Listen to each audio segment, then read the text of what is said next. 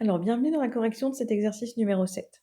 Alors, dans une ville, pour se rendre à l'aéroport en utilisant les transports en commun, deux moyens différents sont proposés aux usagers. Le bus, que l'on va noter B, ou le tramway, que l'on va noter T.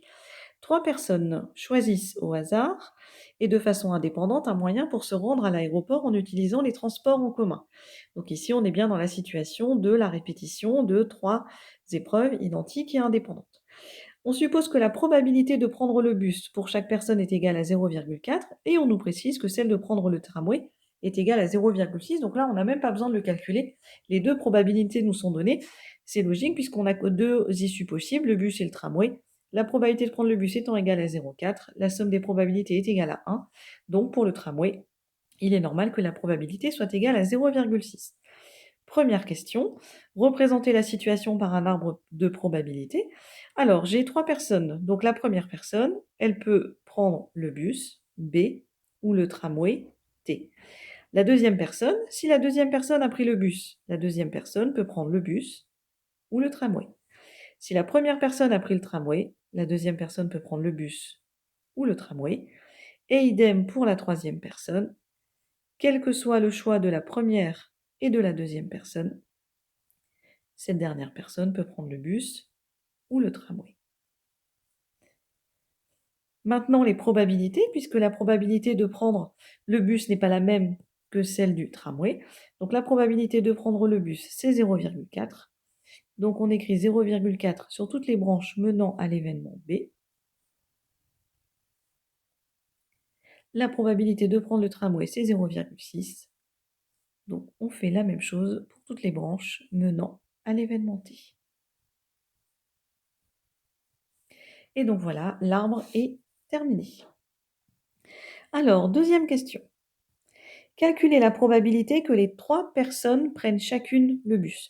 Donc, d'abord, on va ici noter P. Alors, pour l'instant, on ne m'a pas donné la variable aléatoire.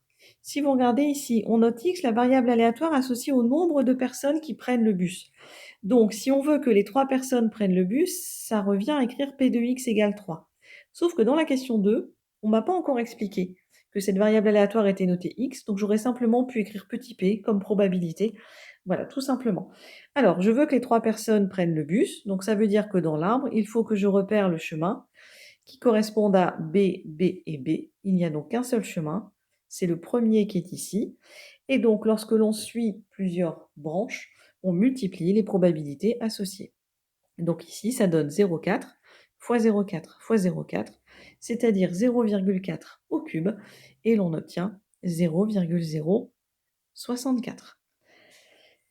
Ce résultat-là, on le retrouve bien évidemment dans le tableau en dessous, puisque dans la question suivante, donc on note X, la variable aléatoire associée au nombre de personnes qui prennent le bus, et on donne ci-dessous la loi de probabilité de la variable aléatoire X. Ce que je viens de calculer, c'est bien P de X égale 3.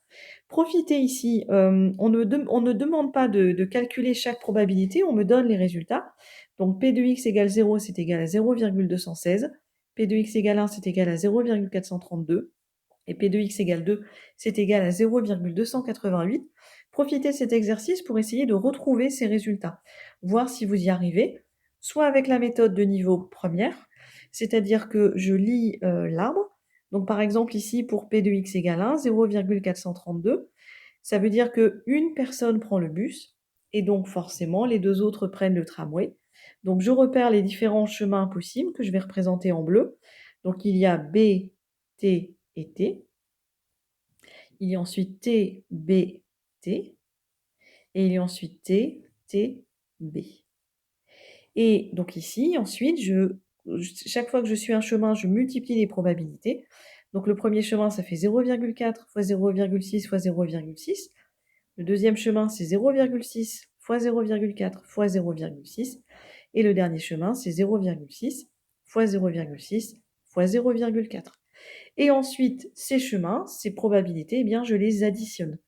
D'accord? Donc, si vous additionnez les trois chemins, les probabilités des trois chemins, vous allez trouver 0,432. Je vous remontre sinon ici comment je peux faire autrement. P de x égale 1, en raisonnant sans regarder l'arbre. Alors, j'écris la probabilité de prendre le bus, c'est 0,4. J'écris la probabilité de prendre le tramway, c'est 0,6. Ici, je veux qu'une personne prenne le bus, donc 0,4 puissance 1. J'interroge 3 personnes, donc forcément, s'il y en a une qui prend le bus, il y en a 2 qui prennent le tramway, donc 0,6 au carré. Et maintenant, j'ai combien de façons différentes d'avoir une personne qui prend le bus parmi 3 personnes, mais ça peut être la première, ou ça peut être la deuxième, ou ça peut être la troisième. Donc je multiplie tout ça par 3. Le coefficient binomial, ça correspond ici aux 3 chemins de mon arc. Si vous faites ce calcul-là, vous allez effectivement également retrouver le résultat 0,432. Alors, la question 3 maintenant. Interpréter dans le cadre de l'exercice l'événement x inférieur ou égal à 2. Donc ici, on ne me demande pas de faire un calcul, on me demande simplement d'interpréter. Alors, x, c'est la variable aléatoire associée au nombre de personnes qui prennent le bus. Donc x inférieur ou égal à 2, pardon, et l'événement 2 personnes parmi les 3. Je rappelle, hein, on choisit toujours 3 personnes.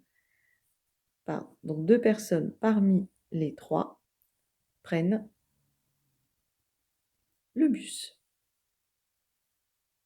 Et ici, je peux mettre l'événement entre guillemets.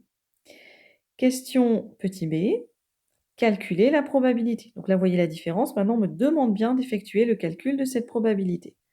P de x inférieur ou égal à 2. Alors, je vais effacer un petit peu ici tout ce que j'ai fait dans mon tableau.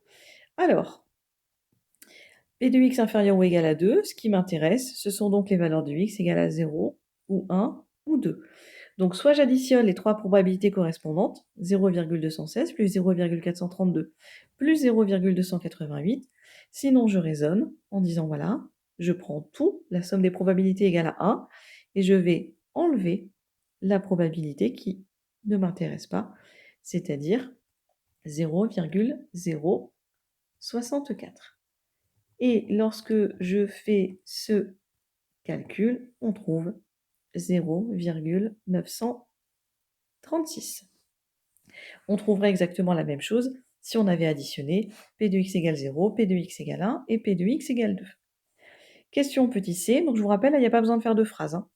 Question petit c, calculer l'espérance de la variable aléatoire x, donc E de x, c'est égal à 0 fois 0,216, plus 1 fois 0,432, plus 2 fois 0,288, plus 3 fois 0,64, et l'on obtient 1,2. Ici, on ne me demande pas d'interpréter le résultat obtenu, ce qui est assez rare d'ailleurs. Si jamais on m'avait demandé d'interpréter le résultat obtenu, alors x, c'est la variable aléatoire associée au nombre de personnes qui prennent le bus, en sachant que l'on choisit 3 personnes. Donc ça veut dire que en choisissant un grand nombre de fois 3 personnes, en moyenne, 1,2 personnes prendra le bus. Voilà pour cet exercice numéro 7.